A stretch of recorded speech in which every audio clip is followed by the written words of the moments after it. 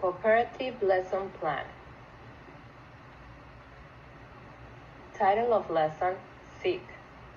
Subject area and grade level, Language Arts, 2nd grade. Materials and resources. Sheet with poem SIC by Shel Silverstein. Sheet with vocabulary words. Pictures with vocabulary words. Dictionary, activity sheet, colors, pencil, erasers, highlighters.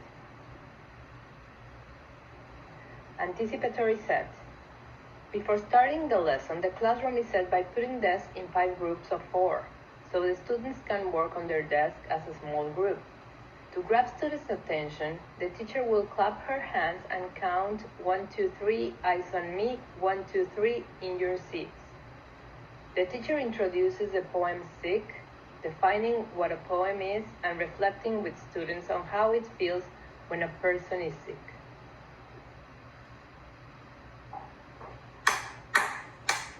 One, two, three, eyes on me. 1, 2, 3, on your seats. Good morning, students.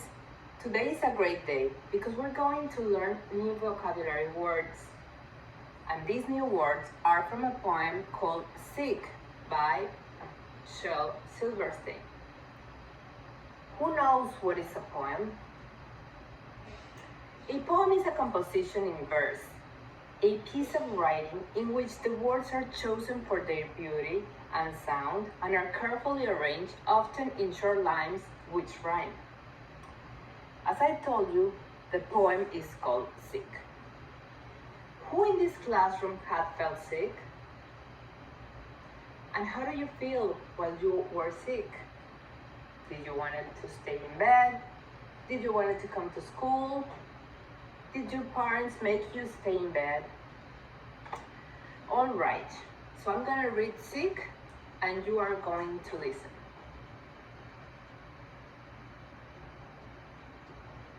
SIC by Shel Silverstein. I cannot go to school today, said little Peggy Ann McKay. I have the measles and the mumps, a gash, a rash, and purple bumps. My mouth is wet, my throat is dry. I'm going blind in my right eye. My tonsils are as big as rocks. I've counted 16 chicken pox. And there's one more, that's 17. And don't you think my face looks green? My leg is cut, my eyes are blue. It might be asthmatic flu. I cough, I sneeze, and gasp and choke. I'm sure that my left leg is broke. My hip hurts when I move my chin. My belly bottom's caving in. My back is wrenched, my ankle sprained. My appendix pains each time it rains. My nose is cold, my toes are numb. I have a sliver in my thumb. My neck is stiff, my body is weak. I hardly whisper when I speak. My tongue is filling up my mouth. I think my hair is falling out. My elbow is bent. My spine ain't straight. My temperature is 108. My brain is shrunk, I cannot hear. There is a hole inside my ear. I have a hangnail in my heart. Is what? What's that? What did you say? You say today is Saturday? Goodbye, I'm going out to play.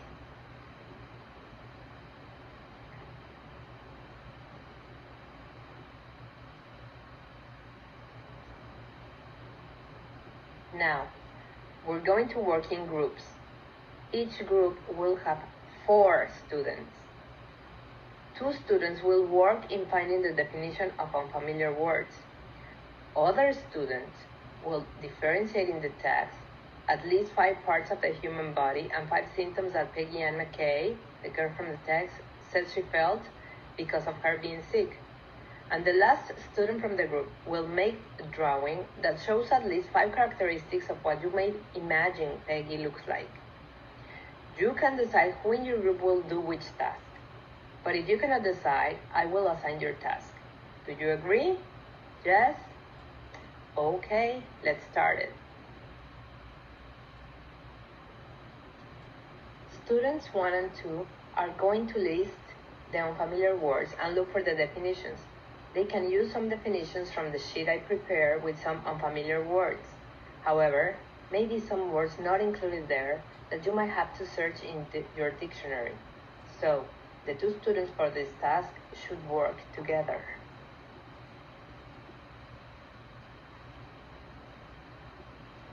Student 3 will use the differentiate sheet and will list 5 words in the text that are part of the body and 5 words that are symptoms of how Peggy Ann said she felt.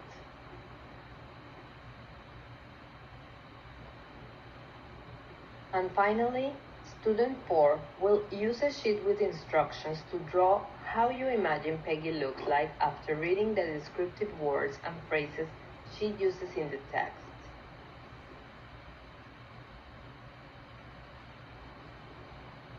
All right, now I will give you 2 minutes to decide the task you will work on, but do not start working yet.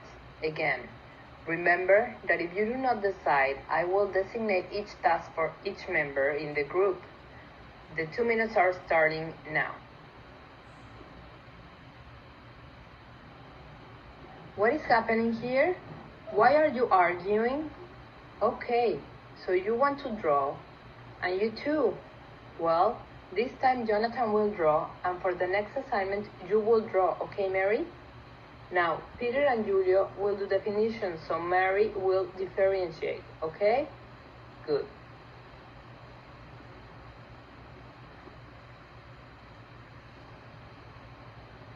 Have you decided? Good, well done. So every member of the group knows their task. So first, all of you will read again the poem. You have it in a piece of sheet. Each of you will highlight the words that sound unfamiliar, that you don't understand its meaning. Maybe there are some unfamiliar words that you understand because of the context, because you understand it with the phrase. But don't be shy and highlight the words you want to clarify the meaning. When finished, give your sheet to the students in your group that are working on definitions of unfamiliar words. They are going to list the words on your group and look for the definitions. You will have 5 minutes.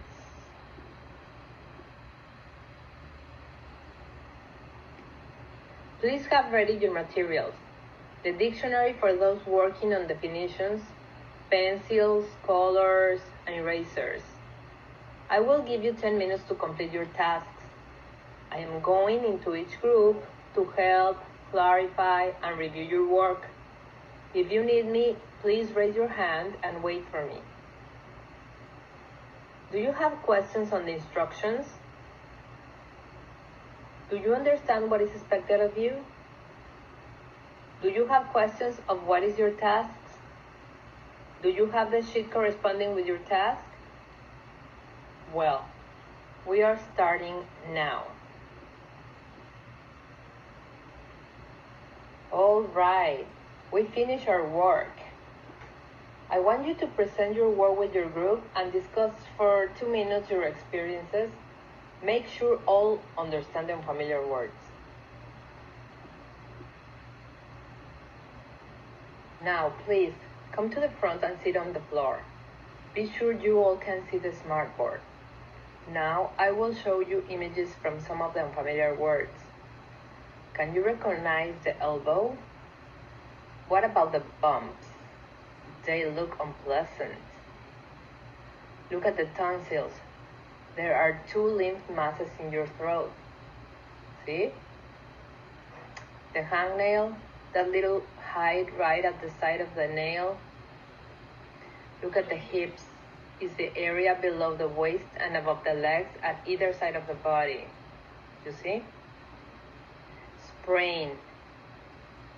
A stretching or tearing of ligaments. Look at this ankle sprint, an injury that happens when the ankle rolls, twists, or turns in an awkward way. The sliver.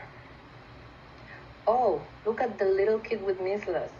The viral infection disease that is serious for small children but is easily preventable by a vaccine. Gash, a long deep cut or wound.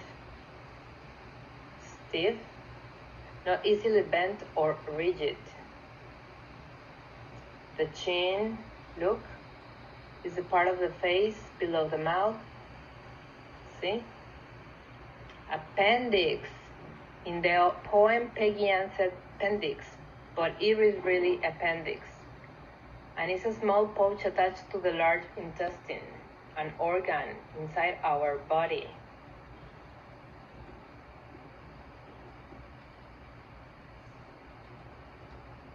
Okay. Who can identify 5 symptoms Peggy says she has? Very good, Peter. Who can describe in your own words how Peggy said she was feeling? Okay, who else? Why do you think Peggy said she was okay to play when she realized it was Saturday? Yes, she was using it as an excuse for not going to school. Very good. Do you think Peggy's mom believes she felt that bad? Why or why not? So you think her mother recognized when she's lying, okay? Do you think it is important for parents to believe in their kids? Why or why not? Yes. Parents should believe in their kids because although kids sometimes lie, they could be in real danger. Yes, very good. What would have happened if Peggy's mom had taken her to the doctor? How would her mother feel? Sad, angry? Do you think it was right for Peggy to say she was sick when she was not? Why or why not?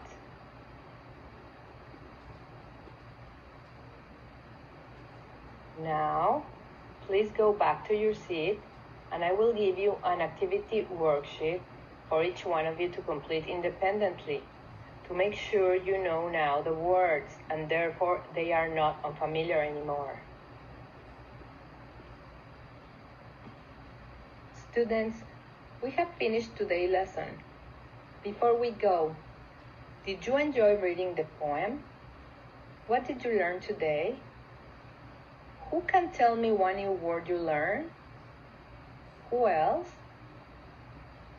Thank you all for your participation. I hope you had fun. I'm looking forward to our next lesson.